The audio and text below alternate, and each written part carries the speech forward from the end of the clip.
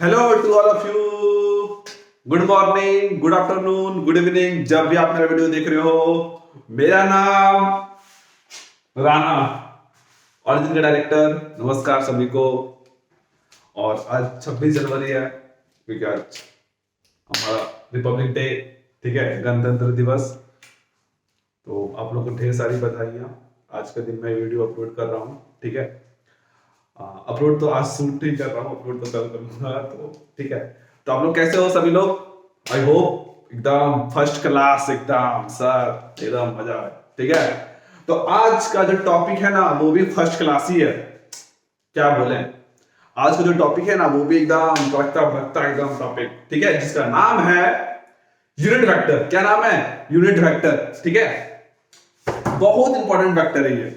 इसके बारे में चर्चा जितना करें वो कम है, ठीक है।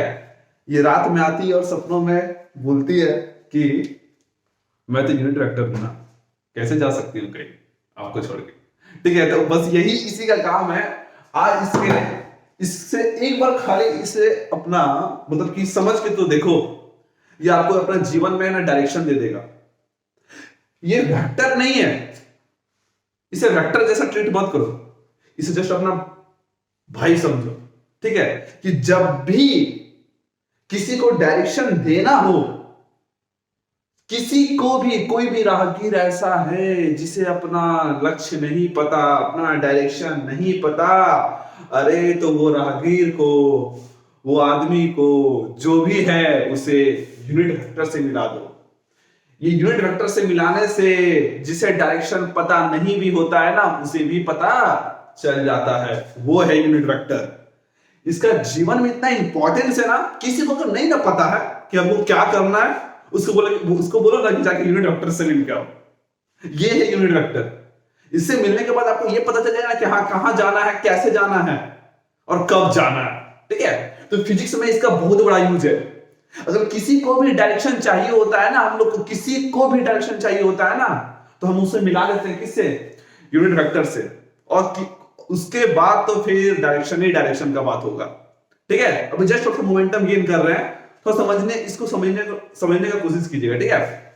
तो ये यूनिट वेक्टर वो है। तो सर, वेक्टर तो आपने सुना है, जिसके पास मैग्नीट्यूड होता है और डायरेक्शन होता है, और साथ ही वेक्टर लॉ ऑफ एडिशन को फॉलो करें। तो हमको तो ये पता है कि यूनिट वेक्टर ये होता है, ठीक है, मतलब आई मीन वेक्टर ये होता है। ये यूनिट वेक्टर क्या है?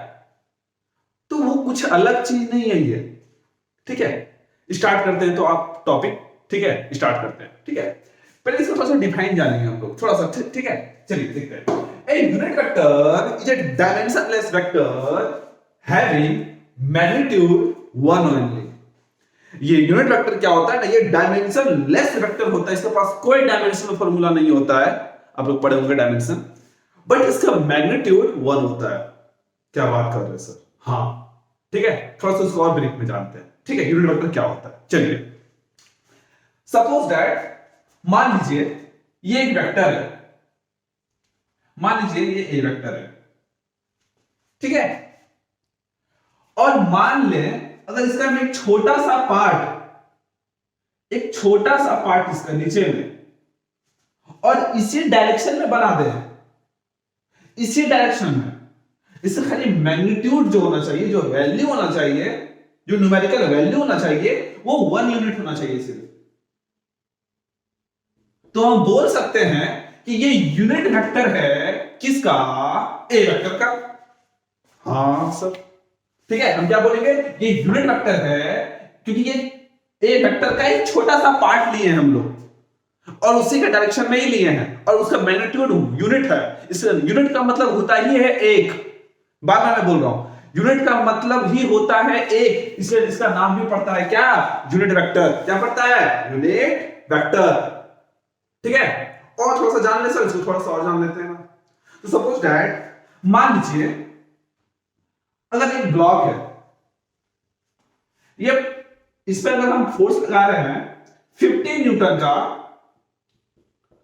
इस डायरेक्शन में, और यही डायरेक्शन में अगर हम 1 न्यूटन का लगा दिए ना, 1 न्यूटन का इसी डायरेक्शन में फोर्स, तो कहलाएगा ये वाला कि ये यूनिट वेक्टर है किसका? इस वेक्टर का। जिसका मैग्नीट्यूड कितना है 1 है। मतलब कि ऐसा वेक्टर है ना कि अगर किसी से इसको मल्टीप्लाई कर दोगे ना तो उसको उसको डायरेक्शन दे देता, पर उसका मैग्नीट्यूड को चेंज नहीं करता, उसका वैल्यू को चेंज नहीं करता है सर। क्यों नहीं करता है? क्योंकि क्योंकि इसका मैग्नीट्यूड ही कितना होता है 1 होता है, और हमको पता है कि 1 से आप अगर दुनिया का कोई भी नंबर को मल्टीप्लाई कर दोगे, कोई भी नंबर को मल्टीप्लाई कर दोगे तो क्या हो जाएगा? वही नंबर रहेगा जो है। सपोज दैट अगर 1 को हम 1000 से मल्टीप्लाई कर लें तो क्या वैल्यू बदलेगा? नहीं बदलेगा सर, 1000 ही रहेगा। ये 1 का पावर है।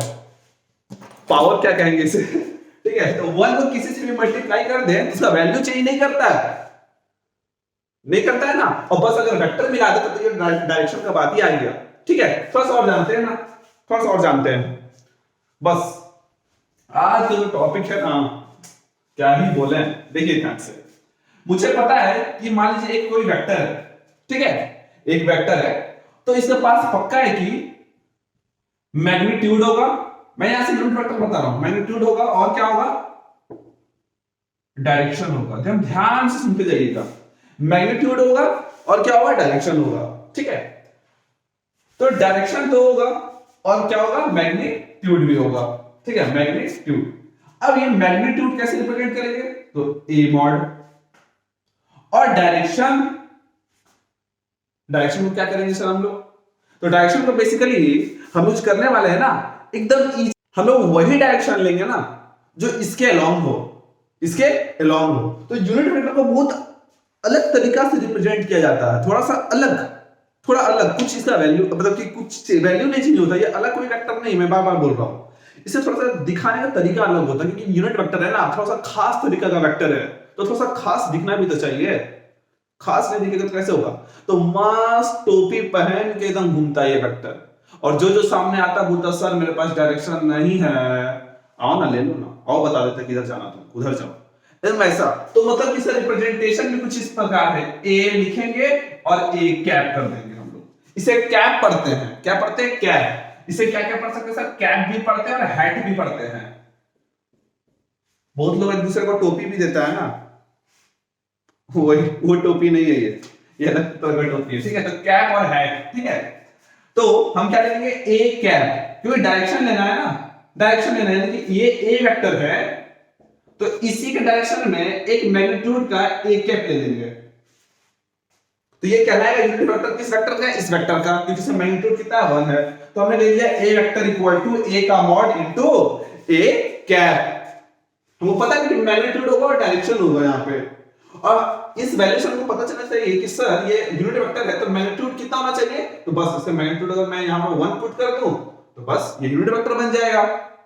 अब देखते हैं, तो यहां से अगर हम सिर्फ यूनिट वेक्टर, तो ये है मेरा, इसका मैग्नीट्यूड तो 1 है और डायरेक्शन ये है, सिर्फ और सिर्फ यूनिट वेक्टर का अगर हम पता लगाना चाहें तो उसका ये फॉर्मूला क्या निकल के आएगा? ध्यान समझिएगा। तो ए कैप यहां रहने दे, ए मॉड को नीचे ले आते हैं, हो गया। यानी कि ए कैप, अच्छा इसका सर सिर्फ इसके पास ये मैग्नीट्यूड 1 ही होता है ना, देखते हैं थोड़ा सा। तो ए कैप इक्वल टू क्या हो जाएगा? ए वेक्टर और नीचे आ जाएगा ना, ये तो ए वेक्टर अपॉन ए का मॉड। ओ भाई साहब, सिर्फ इसके पास डायरेक्शन नहीं होता है, मैं बार बार बता रहा हूं, डायरेक्शन नहीं होता है इसके पास। ठीक है, कैसे सर? कैसे? देखिए ना, यहां से भी प्रूव कर देता हूं मैं। सपोज दैट ये तो पूरा वेक्टर है, ऊपर वाला तो पूरा वेक्टर है ना, तो वेक्टर है तो इसके पास क्या होगा? मैग्नीट्यूड होगा, और साथ ही साथ क्या होगा सर? तो डायरेक्शन होगा, और नीचे क्या है? ए का मॉड, दैट मींस मैग्नीट्यूड ही, तो हमने यहां लिख दिया मैग्नीट्यूड। ओ भाई, मैग्नीट्यूड मैग्नीट्यूड कैंसिल हो गया, तो सिर्फ क्या निकल के आया? डायरेक्शन निकल के आया। यानी कि ए कैप के पास क्या है? सिर्फ और सिर्फ डायरेक्शन है, तो मैग्नीट्यूड नहीं है। हाँ है, ले लेते ना मैग्नीट्यूड, डायरेक्शन चेंज नहीं करे, वैल्यू चेंज नहीं करना चाहिए, तो उस हिसाब से कि वैल्यू चेंज ना करे तो उस हिसाब से मैग्नीट्यूड 1 लेते हैं। सिंपल सा बात है, उसे डायरेक्शन तो मिल जाएगी लेकिन उस वेक्टर का वैल्यू चेंज नहीं होगा, और वैल्यू चेंज नहीं होगा तो चलो कितना अच्छा बात है, सिर्फ डायरेक्शन मिल गया। यानी कि अब अगर फिजिक्स में कुछ भी ऐसा चीज मिले आपको जिसके पास डायरेक्शन नहीं है, जिसे कोई स्केलर फॉर्म में उसको वेक्टर बनाना है, उसे हमें वेक्टर बनाना है, तो हमेशा ये एकदम माइंड में बैठा लीजिए, एकदम माइंड में जिसको बोलते हैं ना, वैसे कि अगर किसी को वेक्टर बनाना है तो उसे हम मल्टीप्लाई कर देंगे यूनिट वेक्टर से। किसे? यूनिट वेक्टर से। क्या? क्योंकि यूनिट वेक्टर से मल्टीप्लाई करने पर उसका वैल्यू तो चेंज नहीं होगा, बट उसे क्या मिल जाएगा? दिशा। दिशा मिल जाएगा। तुम किस दिशा में जा रहे हो राहगीर, तुझे तो दिशा मैं बताऊंगा। ठीक है, तो ये था दिशा, तो डायरेक्शन मिल गया उसे। ठीक है, यहां तक क्लियर है मेरी बात? समझ में आया? चलिए इसे लिख लीजिए। लिखिए लिखिए लिखिए लिखिए लिखिए। ठीक है, इसका स्क्रीनशॉट ले लीजिए थोड़ा सा। टिक टिक 1, टिक टिक 2, टिक टिक 3 हो गया। टन टन, लिख लिए? अरे लिखिएगा नहीं तो कैसे लिखिएगा? खत खत लिखने आता है? लिखे जो खत तुझे वो तेरी याद में हजारों रंग के नजारे बन गए। ठीक है, चलिए देखिए आगे गा लीजिएगा। अपने उतना नहीं गा सकते भाई, गाते यहाँ तो फिजिक्स थोड़ी ना पढ़ाते हैं। तो यूनिट वेक्टर ये डायमेंशनलेस वेक्टर है, हैविंग मैग्नीट्यूड 1 ओनली। यहां तक क्लियर है? ठीक है, तो हमने ये जाना ना कि इसका ए कैप का जो फॉर्मूला निकल के आया वो आया सर ए वेक्टर अपॉन ए वेक्टर का मॉड। हमने ये जाना कि दुनिया में अगर किसी को कोई भी स्केलर फॉर्म में है, कोई भी स्केलर फॉर्म में है और उसे हमें वेक्टर बनाना है, तो किससे मल्टीप्लाई करना पड़ेगा? यूनिट वेक्टर से मल्टीप्लाई करना पड़ेगा। किससे मल्टीप्लाई करना पड़ेगा? यूनिट वेक्टर से, क्योंकि ये वैसा वेक्टर है, ये वैसा वेक्टर है कि अगर किसी से मल्टीप्लाई कर देंगे इसको तो उसका वैल्यू को चेंज नहीं करेगा, लेकिन उसे क्या मिल जाएगा? डायरेक्शन। सर वैल्यू चेंज नहीं करेगा, क्यों नहीं चेंज करेगा? क्योंकि इसका मैग्नीट्यूड क्या होता है? 1 होता है, और 1 से किसी को भी मल्टीप्लाई अगर हम कर दें तो उसका वैल्यू वही होता है जो है। आई होप क्लियर होगी यहां तक मेरी बात? चलिए आगे बढ़ते हैं। तो a cap equal to a vector upon a vector का मॉड लिख सकते हैं। तो a वेक्टर इक्वल टू हम ये भी तो लिख सकते हैं a कैप इनटू a का a cap into magnitude of a। क्या लिख सकते हैं? लिख सकते कि नहीं लिख सकते? लिख सकते हैं ना, यानी a कैप मल्टीप्लाई रहेगा a का मैग्नीट्यूड के साथ। ठीक है, तो अगर आपको हम बोल देंगे हाँ यहां तक तो क्लियर है मेरी बात? तो a का मैग्नीट्यूड इक्वल टू क्या बोल सकते हैं? तो a का मैग्नीट्यूड इक्वल टू ये भी तो बोल सकते हैं a वेक्टर a का a कैप बोल सकते हैं या हाइट भी बोल सकते हैं। यहां तक क्लियर है मेरी बात? समझ में आया कि नहीं आया? आया कि नहीं आया? आया कि नहीं आया? आया कि नहीं आया? आवाज इको नहीं हो रहा, वो मैं से बोल रहा है। ठीक है, जैसे बोलते नहीं है कि, तो आई होप ये क्लियर हो गया होगा।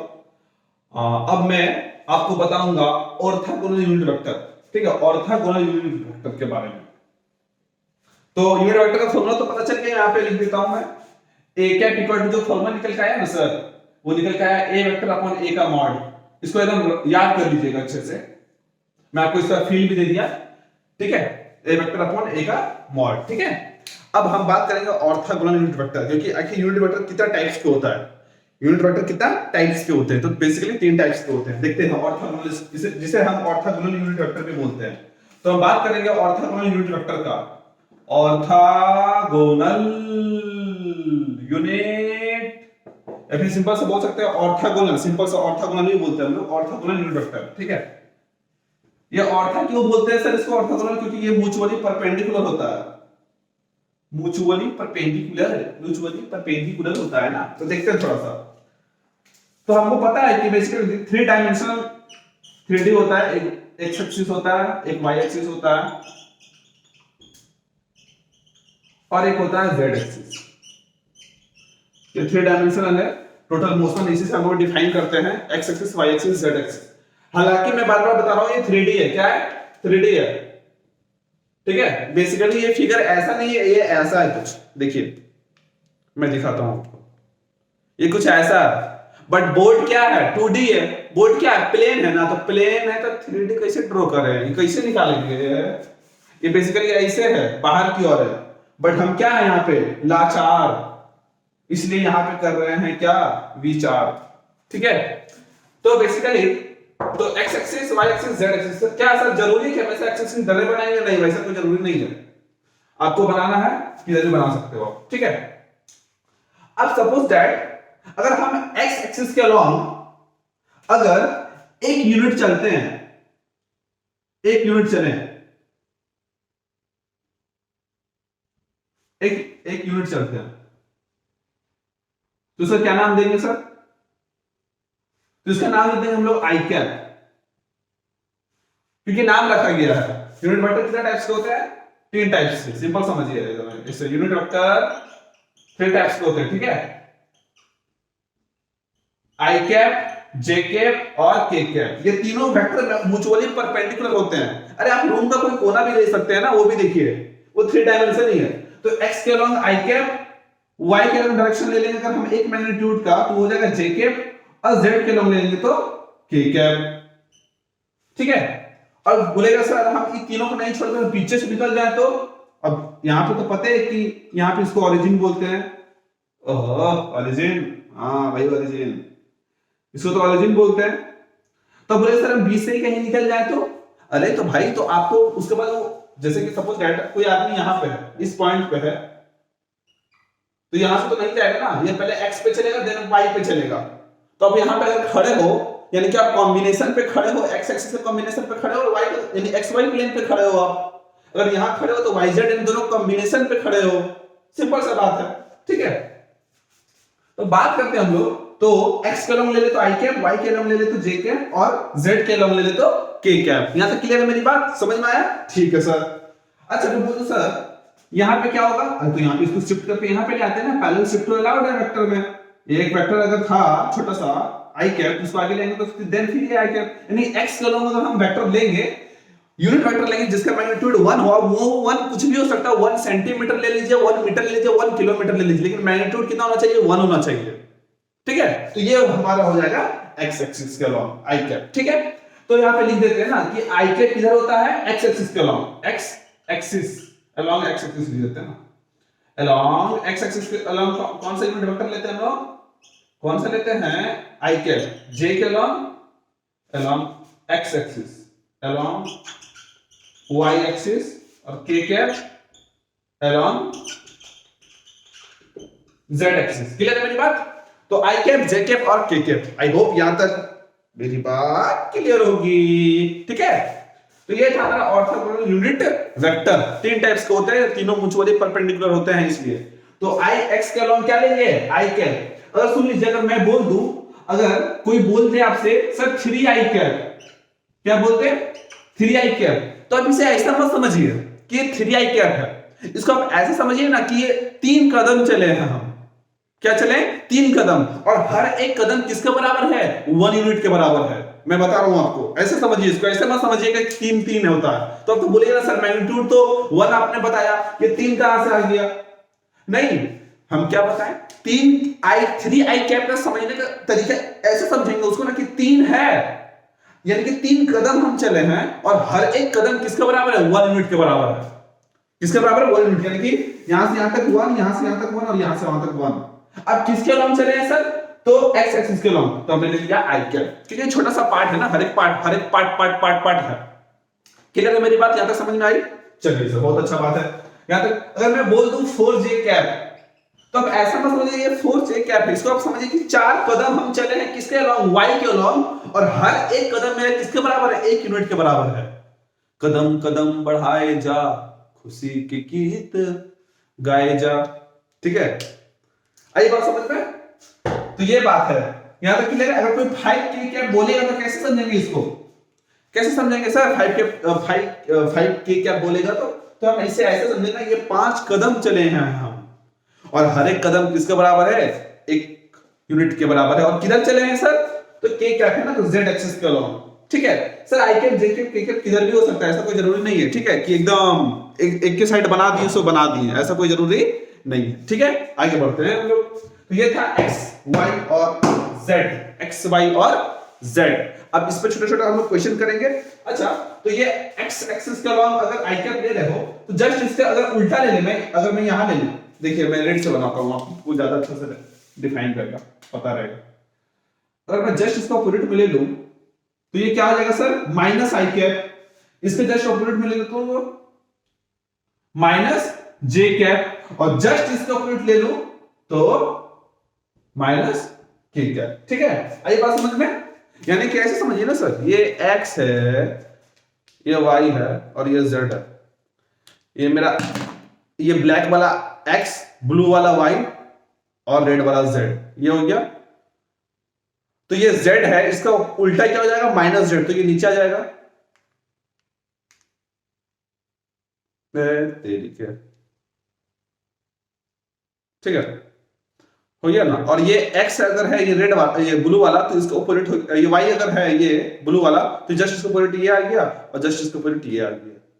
ये अब उल्टा बन गया। ये मार्कर गिर जा, चलिए ठीक है, क्लियर है? यहां तक समझ में आया ना कि x के जस्ट अपोजिट में ले लेंगे माइनस i कैप, y के just opposite minus y cap और z के opposite minus j cap. I hope यहां तक क्लियर हो गई मेरी बात, ठीक है? तो स्टार्ट करें आगे। तो आगे सर क्या करवाओगे, आगे क्वेश्चन बनवाएंगे, आगे क्वेश्चन करवाते हैं, ठीक है? मात्र एक दो क्वेश्चन देंगे तो आपको थोड़ा फील आ जाएगा, क्योंकि फील नहीं आएगा तो फिजिक्स कैसे समझ आएगा, ठीक है? कैसे कैसे कैसे बनी भाई, छोड़ वही सब ना, चलो आगे देखो। स्क्रीनशॉट टिक टिक 1, टिक टिक 2, टिक टिक 3, चलिए। तुम तो धोखेबाज हो, वादा करके भूल जाते हो, ठीक है? हाँ, तो कहाँ थे हम लोग? तो ये कर चुके थे, ऑर्थोगोनल यूनिट वेक्टर में पढ़ दिए। अभी तक हमने क्या क्या पढ़ा, सर यूनिट वेक्टर क्या होता है, ठीक है? अच्छा, समराइज करेंगे वो लास्ट में, ठीक है? पहले इसको कमेंट कर लेते हैं, ठीक है? तो मान लीजिए क्वेश्चन अगर मैं आपको दे दूं, सिंपल सा बात है कि एक वेक्टर है, ए वेक्टर है, मान लीजिए ए वेक्टर है और इसका मैग्नीट्यूड जो है, ज्यादा क्वेश्चन हमने लिखकर आपको समझाने की कोशिश करेगा। मान लीजिए एक कोई वेक्टर है और इसका मैग्नीट्यूड जो है वो 5i कैप है, 5 है x एक्सिस के अलॉन्ग, मैग्नीट्यूड 5 है x एक्सिस के अलॉन्ग, और 6 है 5 और 12 है y एक्सिस के अलॉन्ग। तो इसे कैसे लिखेंगे इसे? तो इसे ऐसे लिखेंगे ना कि a वेक्टर है और मैग्नीट्यूड है 5, यानी कि 5 किधर है, x एक्सिस के अलॉन्ग ना, तो हम ऐसे लिखेंगे 5i कैप प्लस क्या 12, यानी कि 12 किसके अलॉन्ग है, y एक्सिस के अलॉन्ग है, तो क्या लिख लेंगे हम लोग, माइनस y के अलॉन्ग तो j कैप। ये लिखने का तरीका होगा हमारा। ये इससे आपको पोजीशन पता चल जाएगा, क्या पता चल जाएगा, पोजीशन पता चल जाएगा, ठीक है? यहां तक क्लियर है मेरी बात? आई बात समझ में आई कि नहीं? ये जैसे कि a वेक्टर है ना, तो 2i cap plus 5j cap है, ठीक है? तो बस सिंपल सा बात है। फिर से मैं दूसरा क्वेश्चन दे रहा हूं, जैसे मान लीजिए कोई b वेक्टर है और इसका जो मैग्नीट्यूड है वो कितना ले लें, 13 है, 13 है, हाँ 13 है, और 13 है आपका x के डायरेक्शन में, किस डायरेक्शन में, x के डायरेक्शन में है, और 17 जो है वो z के डायरेक्शन में है, z एक्सिस के डायरेक्शन में। तो इसे कैसे रिप्रेजेंट करेंगे, तो लिखेंगे b vector equal to, simple सा बात है, 13 x के डायरेक्शन में ना, तो क्या लिख लेंगे हम लोग, i कैप और प्लस 17 किसके डायरेक्शन में, z एक्सिस, यानी कि i cap, j cap, k cap, x के लॉन्ग i कैप, y के लॉन्ग j कैप, z के लॉन्ग k कैप। तो z वाला क्या हो जाएगा, k कैप, यहां लिख देंगे k कैप। ये भी हो गया कंप्लीट हमारा, हो गया ना? आया समझ में? क्लियर है मेरी बात अच्छे से? तो समझ में आ गया ना? बस जिसके अलॉन्ग पूछेगा वो आपको लिख देना। अगर हम यहाँ पे यही पूछ देते हैं, ना कि a वेक्टर इक्वल टू दिया हुआ है, फिर से a वेक्टर कोई है, उसका मैग्नीट्यूड अगर दिया हुआ है 3 और वो है माइनस एक्सिस के अलॉन्ग, माइनस एक्स एक्सिस के अलॉन्ग, ठीक है? x माइनस एक्स एक्सिस के अलॉन्ग डायरेक्शन में है, और 4 दिया हुआ है वो भी माइनस y एक्सिस के अलॉन्ग है, माइनस y के अलॉन्ग है। तो इसे हम कैसे लिखेंगे, a vector equal to 3 magnitude है और किसके अलॉन्ग है, माइनस x। तो माइनस मतलब क्या, अगर माइनस में लगा हुआ है यहाँ पे, माइनस एक्सिस के अलॉन्ग क्या हो जाएगा, minus i cap, minus j के अलॉन्ग, माइनस j के अलॉन्ग, माइनस y के अलॉन्ग, माइनस z के अलॉन्ग, माइनस के कैप, ठीक है, माइनस आई कैप माइनस जे कैप और माइनस के कैप। तो यहां पे हो जाएगा माइनस एक्स एक्सिस के अलॉन्ग क्या हो जाएगा, माइनस आई कैप प्लस, और फिर प्लस माइनस तो माइनस हो ही जाएगा, क्यों सर, जैसे 4 है ना, और माइनस वाई के अलॉन्ग माइनस वाई के along minus Z J cap दिख रहा है ना, हाँ माइनस जे, तो ये ओवरऑल हो जाएगा माइनस 3 आई कैप और माइनस 4 जे कैप। क्लियर है मेरी बात, ठीक है। ओ भाई साहब, ठीक है, तो यहां तक क्लियर है। फोन आ जाता है बीच बीच में, क्या कर सकते हैं कभी कभी, ठीक है, यहां तक क्लियर है मेरी बात, समझ में आई। तो आई होप यहां तक क्लियर होगी मेरी बात, आपको यूनिट वेक्टर क्लियर हो गया होगा, ठीक है। अच्छा सर, 3 कॉम्बिनेशन दिया हुआ है तो एक 3 वाला भी बता दीजिए ना, तो 3 वाला भी बता देते हैं ना एक बार, ठीक है, 3 वाला भी बता देते हैं। तो 3 3 3 3 3 3 यानी 3 combination of I cap J cap और के कैप, तीनों हो उसमें। तो सिंपल सा बात है, कोई भी क्वेश्चन ले लीजिए, अरे आप लोग अब समझ गए होंगे आई होप, बट लास्ट में फिर भी एक देख लेते हैं कि मान लीजिए कि सी कोई एक वेक्टर है, सी कोई, ओ भाई, सी कोई वेक्टर है, एक मिनट मैं इसका कुछ काम ही कर देता हूँ, ठीक है, सी वेक्टर है, ठीक है। तो सी वेक्टर है और मान लीजिए अगर इसका मैग्नीट्यूड जो है वो 3 जो है वो एक्स 3 एक्स एक्सिस के अलॉन्ग है, और 4 जो है वो माइनस वाई एक्सिस के अलॉन्ग है, और 7 जो है वो माइनस जेड एक्सिस के अलॉन्ग है, माइनस जेड एक्सिस के अलॉन्ग है। तो कैसे लिखेंगे इसे, सी वेक्टर इक्वल टू 3 और एक्स एक्सिस के अलॉन्ग क्या हो जाएगा आई कैप, y एक्सिस के अलॉन्ग क्या हो जाएगा माइनस 4, माइनस है ना 4 जे कैप, और ये हो जाएगा प्लस, और ये माइनस है ना, तो प्लस माइनस तो माइनस ही होने वाला है, तो माइनस 7 के कैप। आई होप यहां तक मेरी बात क्लियर होगी, ठीक है। तो ये था मेरा पूरा क्राइटेरिया समझने का, जो कि आई होप आपको समझ में आ चुका होगा। तो अब अगर कहीं पे लिखा रहे, ध्यान समझिएगा, अब समझिए, आप फील्ड दे रहे हैं, इसका फील्ड ये क्या था, इसे हालांकि से हम बोलते हैं कार्टेशियन फॉर्म। जब किसी वेक्टर को, ध्यान से देखिए कार्टेशियन फॉर्म किसको बोलते हैं, जब किसी वेक्टर को आई कैप जे कैप के कैप के फॉर्म में रिप्रेजेंट करते हैं, तो वैसे वेक्टर का नाम कार्टेशियन फॉर्म रखा जाता है। और ये बोलेगा किस फॉर्म में, तो ये कार्टेशियन फॉर्म में है। ये सब मैं और डिस्कस करूंगा आगे चलकर, टेंशन लेने वाली बात एकदम से नहीं है। अब सुनिए मेरी बात, इसका फील लेंगे, क्या लेंगे, फील नहीं लिया तो क्या लिया, क्या ही लिया, ठीक है। क्या से क्या हो गए देखते देखते सोचता हूं। चलिए देखे क्या देखने वाले थे, इतना सोचिएगा सब तो कैसे होगा काम। हम यही बोल रहे थे ना कि अगर 3 आई कैप और प्लस 2 जे कैप और प्लस 3 के कैप रहे तो इसे कैसे समझेंगे। तो सपोज दैट ये रहा हमारा 3 डायमेंशनल एक्स के अलॉन्ग, ये y के अलॉन्ग और ये z के अलॉन्ग। तुमको पता है i x के अलॉन्ग होता है, i x के अलॉन्ग, सब रखिएगा तो सभी समझ में आएगा। अब बकाने से कुछ नहीं होता है, धीरे धीरे भी होता है, ठीक है। तो x के अलॉन्ग क्या होगा, i कैप है, तो यानी i कैप यानी कि इसका आगे क्या 1 है, जब कुछ नहीं हो तो 1, क्योंकि सबका मालिक एक है। सिंपल सा बात है ना, सबका मालिक एक है, तो सब कोई नहीं तो कौन है, एक है। तो यहाँ पे एक है, तो यहाँ पे ले लिया हम लोग 1, यानी 1 चले, 1 स्टेप चलेंगे, चल गए सर। अब इसको कुछ में मान सकते हैं, यहाँ पे 1 2 3 का 1 सेंटीमीटर के 1 सेंटीमीटर जैसे ट्रीट कर सकते हैं, कोई बात नहीं है, ठीक है। तो 1 चले हम इधर, और फिर 2 चलेंगे, 2 किधर जे के अलॉन्ग चलेंगे, तो 1 2 स्टेप इधर चले, और के अलॉन्ग, यानी कि देखिए अब के अलॉन्ग चलेंगे ना, तो हम अब बाहर की ओर आएंगे, क्योंकि ये मेरा 2 डायमेंशनल है। तो 1 2 3 यानी कि मेरा पार्टिकल कुछ यहां पर है। नहीं समझ में आया, फील नहीं आया, देखिए जैसे कि मैं बोल दूं आई कैप बोला तो एक स्टेप इधर चले हम लोग, 1 चले, 1 और 2 कैप एंड 2 जे कैप, तो 1 2 जे कैप और 3 के कैप।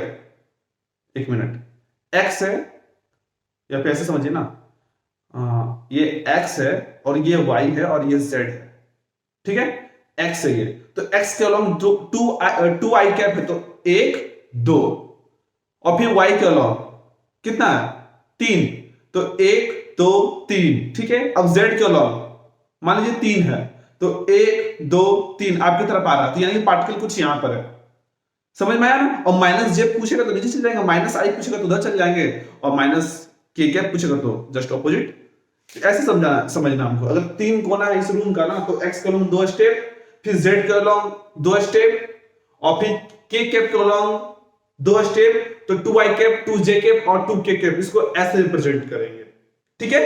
आई बात समझ में आता, क्लियर है। तो ये कुछ ऐसा इसको हम लोग रिप्रेजेंट करते हैं, और ये यूनिट वेक्टर है। और मैं बार बार बोल रहा हूं, तो एक बार समरी देख लेते हैं। समरी हमने ये सीखा आज का समरी में, आज का पूरे लेक्चर में, कि आखिर ये यूनिट वेक्टर क्या होता है, ठीक है। यूनिट वेक्टर क्या होता है कि एक ऐसा वेक्टर होता है, डायमेंशनलेस वेक्टर होता है, इसका कोई डायमेंशन नहीं होता है, और इसका मैग्नीट्यूड क्या होता है, 1 होता है। हमको पता है ना कि ये यूनिट वेक्टर बेसिकली क्या करता है, किसी को भी डायरेक्शन देता है। किसी के पास भी डायरेक्शन नहीं है, किसी के पास डायरेक्शन नहीं है ना, मैं बता रहा हूं, अगर आपके पास भी डायरेक्शन नहीं ना है तो जाके यूनिट वेक्टर से मिल के आइए एक बार यूनिट वेक्टर से मिल के आइए, आपको अपना डायरेक्शन पता चल जाएगा। सर बताइए, ऐसा तरह का वेक्टर है ये, ठीक है। तो यूनिट वेक्टर क्या होता है ना, बेसिकली यूनिट वेक्टर जो होता है, इसके पास मैग्नीट्यूड होते हैं बट 1 होता है। और यूनिट वेक्टर मैं बताया आपको कि क्यों इंपॉर्टेंट है। अगर किसी को वेक्टर बनाना है तो उसे मल्टीप्लाई कर देंगे, किससे, हम यूनिट वेक्टर से। किससे मल्टीप्लाई कर देंगे, यूनिट वेक्टर से। क्यों, क्योंकि इससे मल्टीप्लाई करने पर सर उसका वैल्यू चेंज नहीं होगा, उसका मैग्नीट्यूड चेंज नहीं होगा, बट उसको क्या मिल जाएगा, डायरेक्शन मिल जाएगा। क्या मिल जाएगा, डायरेक्शन मिल जाएगा, ठीक है। आई होप यहां तक क्लियर होगी मेरी बात। उन्हें क्या मिल जाएगा, डायरेक्शन मिल जाएगा, ठीक है। और सर उसका वैल्यू चेंज क्यों नहीं होगा, क्योंकि मुझे पता है कि यूनिट वेक्टर का मैग्नीट्यूड क्या होता है, 1 होता है, और 1 से किसी को भी मल्टीप्लाई करने पे वो वही नंबर होता है जो पहले से रहता है। फिर हमने जाना कि यूनिट वेक्टर 3 टाइप्स का होता है, और आई कैप, जे कैप और के कैप, ठीक है।